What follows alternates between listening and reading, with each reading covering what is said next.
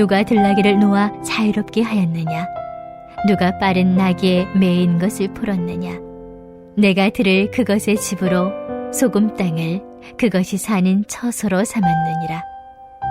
들나귀는 성읍에서 짓거리는 소리를 비웃나니 나귀 치는 사람이 지르는 소리는 그것에게 들리지 아니하며 조장 언덕으로 두루다니며 여러 가지 푸른 풀을 찾느니라. 들소가 어찌 기꺼이 너를 위하여 일하겠으며 내 외양간에 머물겠느냐? 내가 능히 줄로 매어 들소가 일항을 갈게 하겠느냐? 그것이 어찌 골짜기에서 너를 따라 썰애를 끌겠느냐? 그것이 힘이 세다고 내가 그것을 의지하겠느냐? 내 수고를 그것에게 맡기겠느냐? 그것이 내 곡식을 집으로 실어오며 내 타작마당에 곡식 모으기를 그것에게 의탁하겠느냐? 타조는 즐거이 날개를 치나 학의 깃털과 날개 같겠느냐? 그것이 알을 땅에 버려두어 흙에서 더워지게 하고 발에 끼어질 것이나 들 짐승에게 밟힐 것을 생각하지 아니하고 그 새끼에게 모질게 대함이 제 새끼가 아닌 것처럼 하며 그 고생한 것이 헛되게 돌지라도 두려워하지 아니하나니 이는 하나님이 지혜를 베풀지 아니하셨고 총명을 주지 아니함이라. 그러나 그것이 몸을 떨쳐 뛰어갈 때에는 말과 그 위에 탄 자를 우습게 여기느니라. 말의 힘을 내가 주었느냐? 그 목에 흩날리는 갈기를 내가 입혔느냐? 내가 그것으로 메뚜기처럼 뛰게 하였느냐? 그 위험스러운 콧소리가 두려우니라.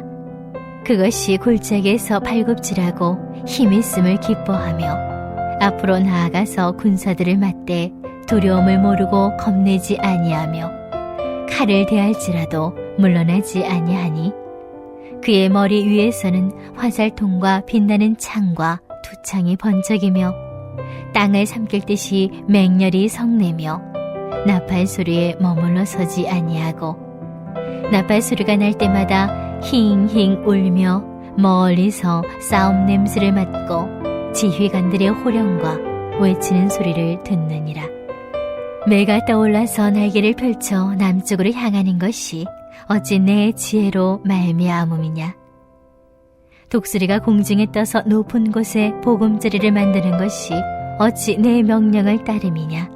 그것이 낭떠러지에 집을 지으며 뾰족한 바위 끝이나 험준한 데 살며 거기서 먹이를 살피나니 그 눈이 멀리 봄이며 그 새끼들도 피를 빨하니 시체가 있는 곳에는 독수리가 있느니라.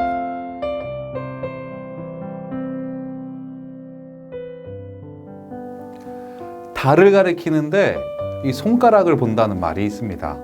예를 들어서 설명을 하는데 그 예에 너무 집중한 나머지 이 예를 든 목적까지 잊고 이 예의 내용에 대해서 왈가왈부하는 경우입니다. 그래서 이 성경 말씀 묵상할 때 특히 주의해야 되는 게 바로 이런 건데요. 이 성경 말씀이 원체 어렵고 이 깊이가 있다 보니까 이 한 문장 한 문장에 너무 깊이 빠져들기 쉽습니다. 그럴 때는 다시 전후 맥락을 살펴서 오늘의 본문이 어떤 맥락에서 이루어지는지 보아야 합니다. 38장 이 전장이죠. 1절부터 3절까지 말씀입니다.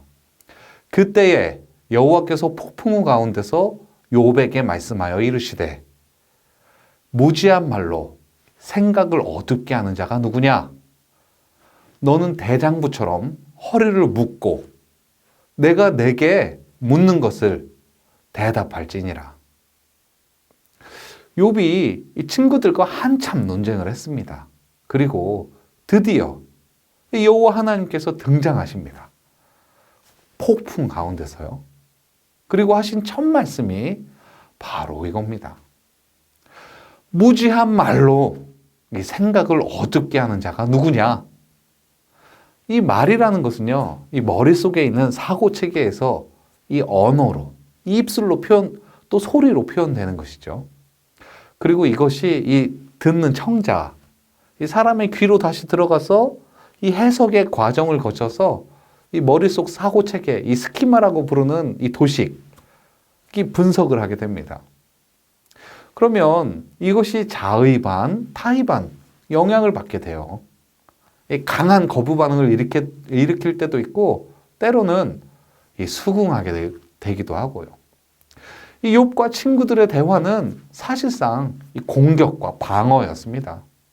이 욥의 친구들은 말은 일부 맞는 말도 있었는데요. 이 욥의 입장에서는 도저히 들어줄 수가 없었습니다. 동의할 수가 없었습니다. 이 말이라는 게 소리가 귀를 지나서 이 머릿속 사고체계에서 분석한다고 말씀드렸죠. 근데 그 전에 이 감정이 딱 가로막고 있거든요. 바로 욥의 슬픔입니다. 그러니 이런 배려가 없는 친구들 말은 욥을 강하게 반발하게 만들죠. 그러다 보니까 욥이 살짝 실수도 하게 되는 겁니다. 자기가 이런 벌 받을 정도 잘못이 아니라는 건 또 그걸 이야기하려다가 마치 자기가 의로운 것처럼 이야기가 되죠. 그러다 보니 하나님이 그런 분이 아닌 것 같은데 이상하게 벌 주는 분이 되어버립니다. 이게 하다 보니까 지금 이 상황이 하나님 뜻이 이해가 안 되니까 자기 말도 꼬여갑니다. 다시요. 무지한 말로 생각을 어둡게 하는 자가 누구냐? 이 하나님 말씀입니다.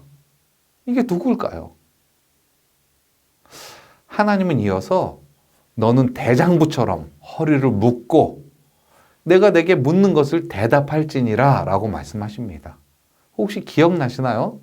우리가, 여러분들이요, 언제 허리를 꽉 묶었죠? 바로 정신 바짝 차려야 할 때, 이 집중해야 될 때, 또 있는 힘 다해서 뽑아내야 할 때 이 허리를 꽉 묶습니다. 그리고 하나님의 질문 공세가 계속 시작되죠.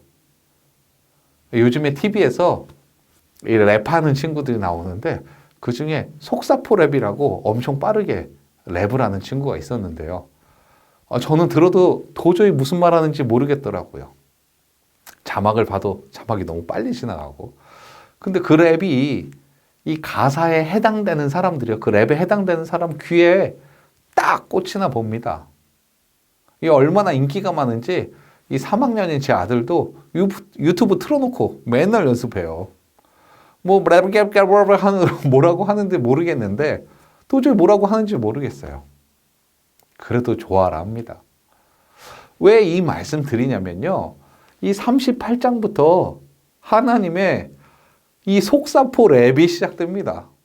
자, 허리 꽉 조이고 이 정신 차리고 잘 들어. 그리고 대답해. 이 남자답게 말이야 라고 하신 것이죠.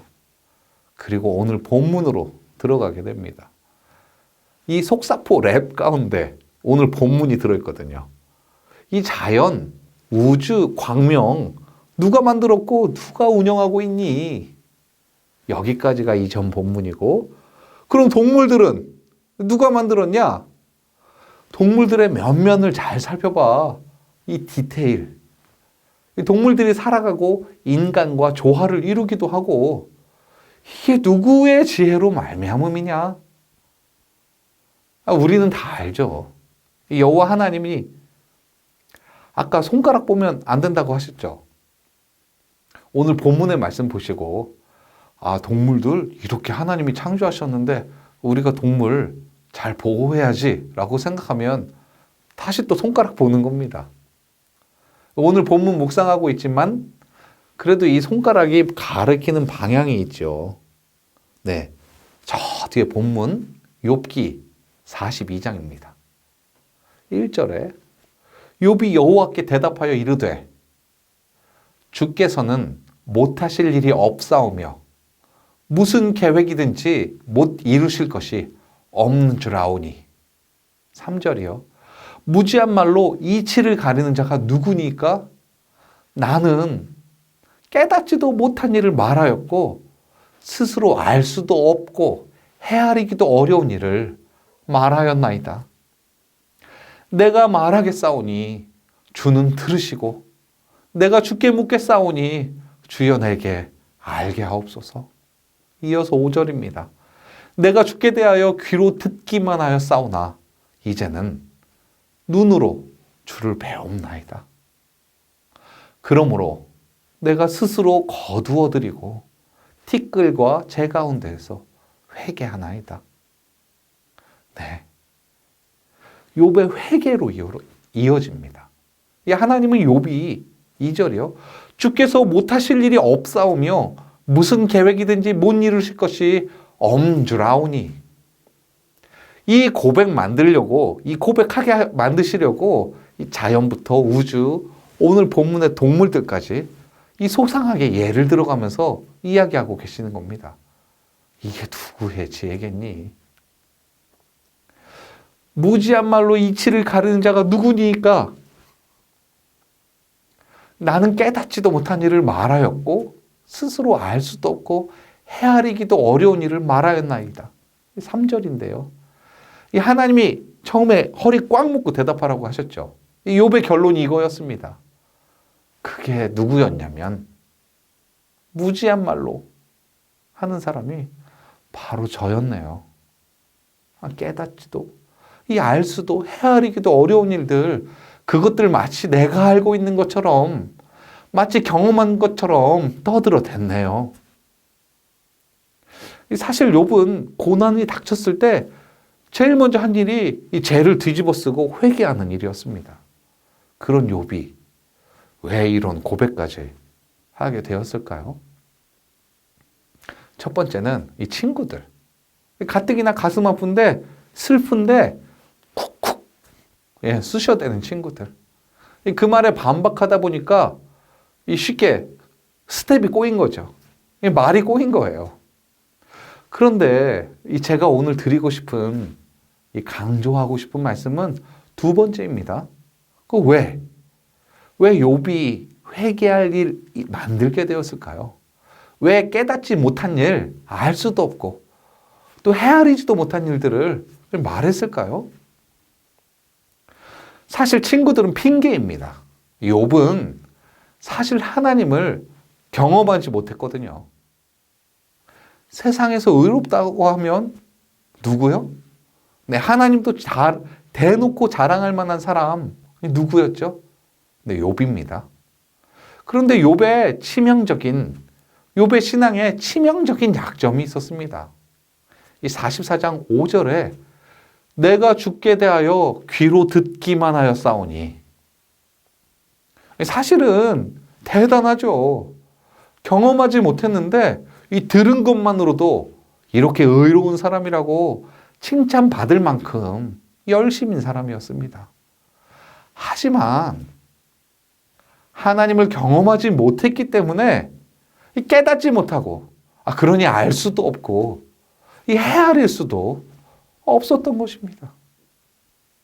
이 욥 앞에 나타나는 하나님이 처음 하신 일 무엇일까요? 오늘 본문도 같은 맥락인데요. 바로 하나님을 인정하는 것입니다. 우리가 바라보는 것, 우리 주변에 있는 거죠. 우리가 느끼는 것, 이거 다 하나님이 만드시고 이끄시고 운영하신다는 것, 이것 인정하는 것입니다. 오늘 본문에 이 손가락이 가리키는 이 방향에 있는 것, 우리 주변의 모든 존재에 하나님의 역사를 인정하는 것입니다. 그러면 이 모든 것에서 하나님을 만나게 됩니다. 이 떨어지는 낙엽에서도, 이 내리는 눈에서도, 이 살을 에이미는 추위에서도 하나님 만나게 되는 거죠. 하나님의 지혜와 숨결이 그 안에 있는 것을 인정했으니까요. 심지어 코로나 상황에서도 마찬가지입니다. 우리 함께 기도하겠습니다. 우리 기도하실 때는 성령의 충만함으로 우리의 상황을 통해서도 하나님 만나게 하옵소서. 사실 우리 힘으로는 어렵습니다. 문제만 보이거든요. 그러니까 구하는 겁니다. 성령님 도와주세요. 우리 주변 이 모든 것을 통해 역사하시는 그 하나님 알게 해주세요. 두 번째 기도하실 때는요. 내가 처한 문제, 상황 가운데서도 이 하나님의 역사하심을 깨닫게 하고 또 주님을 경험하여 알고 또한 회개하게 하옵소서. 그 세 번째 기도하실 때는 선교제 선교사님의 모든 상황 가운데 이 하나님의 역사하심을 알게 하시고 더욱 하나님을 경험하게 하옵소서. 우리 함께 기도하시겠습니다.